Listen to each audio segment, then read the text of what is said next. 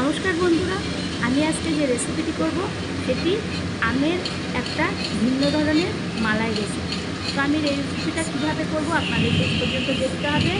এটা যদি মুখে পড়ে আপনার মোমের মতো গলে যাবে সেকেন্ডের মধ্যে। তার জন্যে আমি 1 লিটার দুধ নিলাম। দুধটা একটু ফুটে উঠলেই আমি ওর মধ্যে ছানা কাটানো পাউডার দিয়ে দেবো। এখানে আমি ভিনিগার বা লেবু ব্যবহার করিনি, তাহলে আমি ছানা কাটানো পাউডারটা দিলে আমি পরিমাণটা একটু বেশি পরিমাণে ছানাটা পাওয়া যায় এখান থেকে। এরপরে আমি ওভেনটা নিভিয়ে চামচ দিয়ে ভালো করে নাড়তে থাকবো। নাড়তে নাড়তে যখন ছানা হয়ে যাবে, জল আলাদা হয়ে যাবে, তখন ওটাকে চামচ দিয়ে আমি একটা পাতলা ন্যাকড়া একটা বাটির মধ্যে বসিয়ে রাখবো, আর তার মধ্যে তুলে কিছুক্ষণের জন্য জল ঝরাতে দিয়ে দেবো। এইভাবে আমি ছানাটাকে তৈরি করে দেবো। তারপরে একটা সাইডে রেখে দেবো।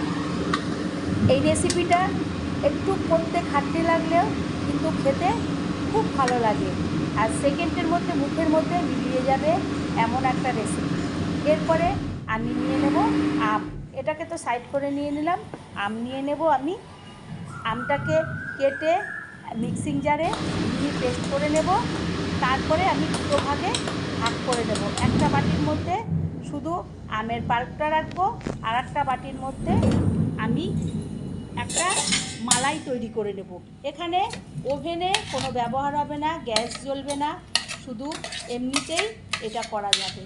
তারপরে ওই বাটির মধ্যে দিয়ে দেব আমি গুঁড়ো দুধ, চিনি, লিকুইড দুধ দিয়ে ভালো করে নাড়বো। নাড়তে নাড়তে একদম ফেটিয়ে আমি সুন্দরভাবে একটা মালাই তৈরি করে নেব। এই মালাইটাই কাজে লাগবে পরে। এটাকে রেখে দেবো সাইড করে। এরভাবে আমি এরপরে চামচ দিয়ে ভালো করে মালাইটা করব। চিনি দিয়ে দেব, গুঁড়ো দুধ দিয়ে দেব, দিয়ে এখানে আমি মালাইটা করে নেব। তো খুব অল্প সময় বাচ্চারা যদি টিফিনে কোনো দিন কিছু না করে উঠতে পারেন, এরকম একটা ঝট করে দিতে পারবেন। তারা খেয়েও সন্তুষ্ট হবে, আর আপনার সময়ও আপনি দিয়ে আনন্দ পাবেন। এরপরে আমি এইটাকে এইভাবে করে একটা সাইডে করে রেখে দেব। এরপরে ওই যে ছানাটা করেছিলাম, এই ছানাটা একটা বাটির মধ্যে নিয়ে হাত দিয়ে, হাতের তালু দিয়ে যেরকম মিষ্টি বানায় সেইভাবে চেপে চেপে একটা ডোর মতন করব। তারপরে ওর মধ্যে আমি দিয়ে দেব আবারও একটু গুঁড়ো দুধ, আর দিয়ে দেব এখানে আমি তালপাটালি। তালপাটালির সেন্টে খুবই ভালো লাগে, সেই কারণে তালপাটালিটা দিয়ে এখানে একটা আমি ক্ষীরের মতন তৈরি করে নেব।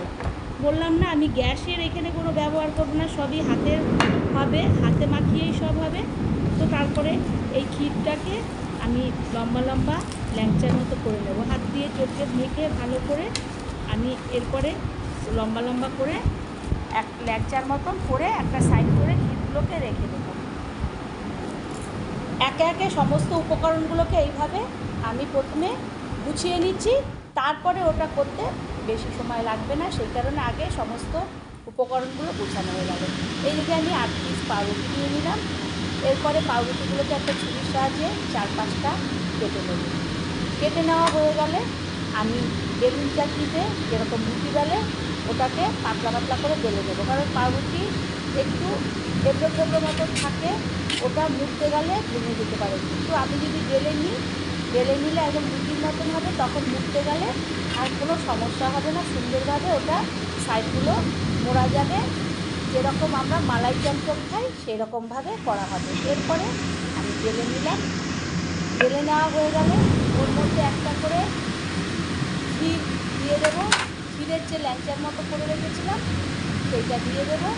এর উপর থেকে আমের পাল্পটা দিয়ে দেবো। তারপরে চারিধার থেকেও আমের পাল্প দিয়ে দেবো। দিয়ে আমি মুখগুলোকে মুড়ে নেবো। মুখগুলো যেদিকে মুড়বো সেই দিকে আমের পাল্পগুলো দিয়ে, আমের পাল্পের সাহায্যেই মুড়বো। অনেকে জল দিয়ে মোড়ে, তো আমি আমের পাল্প দিয়ে মুড়ে নেবো। এইভাবে আঠার কাজ হয়ে যাবে। তো একটা করে আমি প্লেটের মধ্যে এইভাবে করে নেব। আবারও একটা পাউরুটি নেব, আবারও বেলে নেব। বেলে একদম রুটির মতন পাতলা করে নেব। তারপরে একটা করে ক্ষীরের ল্যাংচা দিয়ে দেবো। ল্যাংচার মতো যে করেছিলাম সেটা দিয়ে দেব। দিয়ে আবারও আমের পাল্প দিয়ে দেবো মধ্যখানে ওই ক্ষীরটার মধ্যে, আর দুধারেও আবার দিয়ে দেবো। দিয়ে আবারও মুড়ে দেবো। এই করে আমি 8টা মালাই এইভাবে করে নেব। করা হয়ে গেলে আমি একটা একটা প্লেটের মধ্যে এগুলোকে রেখে দেবো। আর আগে থেকে যে আমি আমের মালাইটা করে রেখেছিলাম, গুঁড়ো দুধ, লিকুইড দুধ, চিনি সমস্ত কিছু দিয়ে, সেটাকে এরপরে এর উপর থেকে ঢেলে দেবো। তো খুব অল্প সময় অল্প উপকরণে এই মালাইটা করা যায়। একদিন হলেও করবেন, বাড়ির সকলকে খাওয়াবেন, বাচ্চাদেরও টিফিনে দেবেন। আর আমের সিজন থাকতে থাকতে এটা যদি না করেন খুবই মিস করবেন। ভালো লাগলে আবার কোনো রেসিপিতে দেখা হবে। ধন্যবাদ।